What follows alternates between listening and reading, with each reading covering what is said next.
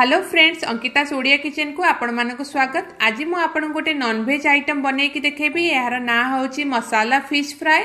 जदि आपण केबे डालमा रेस्टोरेंट रे पखाळ ऑर्डर करथिबे सेठी गोटे फिश फ्राए दियंती जोटा कि बहुत यम्मी होइथाय। मु आज सेही फिश फ्राएटा आपन को बनै कि देखेबी।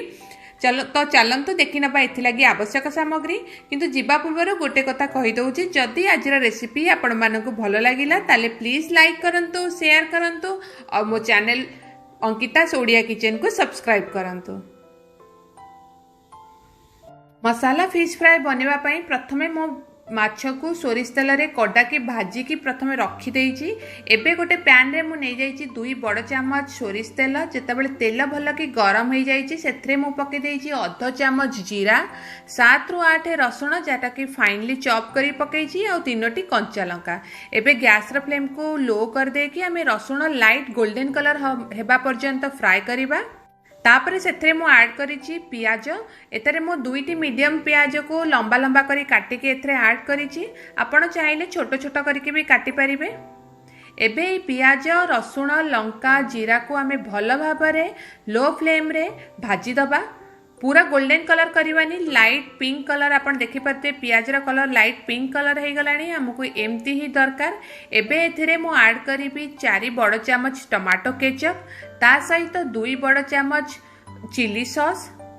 गैस रा फ्लेम को मीडियम रखी दबा। एबे याको हमें भल भाबरे मिक्स कर दबा आउ मीडियम फ्लेम रे गोटे मिनट पर्यंत याको फ्राई करिवा, जेमिति कि हमर तेल सॉस रो अलगा हे जाऊ। आपण देखि पारुथिबे तेल साइड रे बाहरिवा को लागिलानी। एबे एथरे हमें भजा हेतिबा माछ को ऐड करिवा। मु एतारे नॉर्मल रोही माछ नेइची, आपण चाहिले भाकुर माछ भी नै परिबे, किंतु माछटी कड़ा की भजा हेतिबा दरकार। एबे एथरे हमें ऐड करिबा स्वाद अनुसार लूण। हाफ टी स्पून रु टिके कम लूण मैं ऐड करिछि। आपण निज टेस्ट अनुसार लूण ऐड करिवे। लूण ऐड कर सारा परे हमें सबु जिनस को भल भाबरे मिक्स कर दबा। पानी बिल्कुल दबानी, मीडियम फ्लेम रे हमें सबु जिनस को मिक्स कर दबा आउ याको कवर करिकी गैस रा फ्लेम को लो कर दबा। गोटे मिनट पर्यंत कुक करिबा।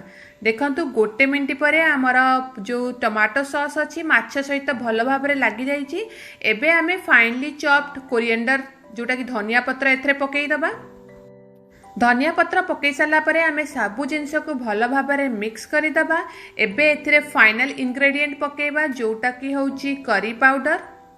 करी पाउडर टा लास्ट रे पड़िले इतार टेस्ट बहुत बढ़िया आसी जाई थाए। एबे गैस रा फ्लेम को हमें हाई करी दबा। हाई करी कि हम याको गोटे मिनट पर्यंत फ्राई करिबा, जहा फल कि एटा टिके स्मोकी फ्लेवर दबो। देखंतु एबे हमर जो मसाला फिश फ्राई रेडी हो जाइछि। याको गरम गरम पखाला सहित सर्व करंतु, बहुत टेस्टी लग जाई थाए। आर बास्ना एते बढ़िया आसुची, आपण निजे बनेले ही जानि परिबे। देखंतु केते बढ़िया देखा होची क्रिस्पी फिश को। ता ऊपर जो टमाटो सॉस रो कोटिंग हेची एटार टेस्ट आउरी बढ़ाई देई थाए। एहाको आपण गरम गरम पखाल सहित सर्व करि परिबे, नहले गरम भात सहित भी याको आपण आज साइड आइटम खाई परिबे, बहुत बढ़िया लागि थाए। नहले आपण को आज स्टार्टर एनी फंक्शन ने आपण को सर्व भी करि परिबे।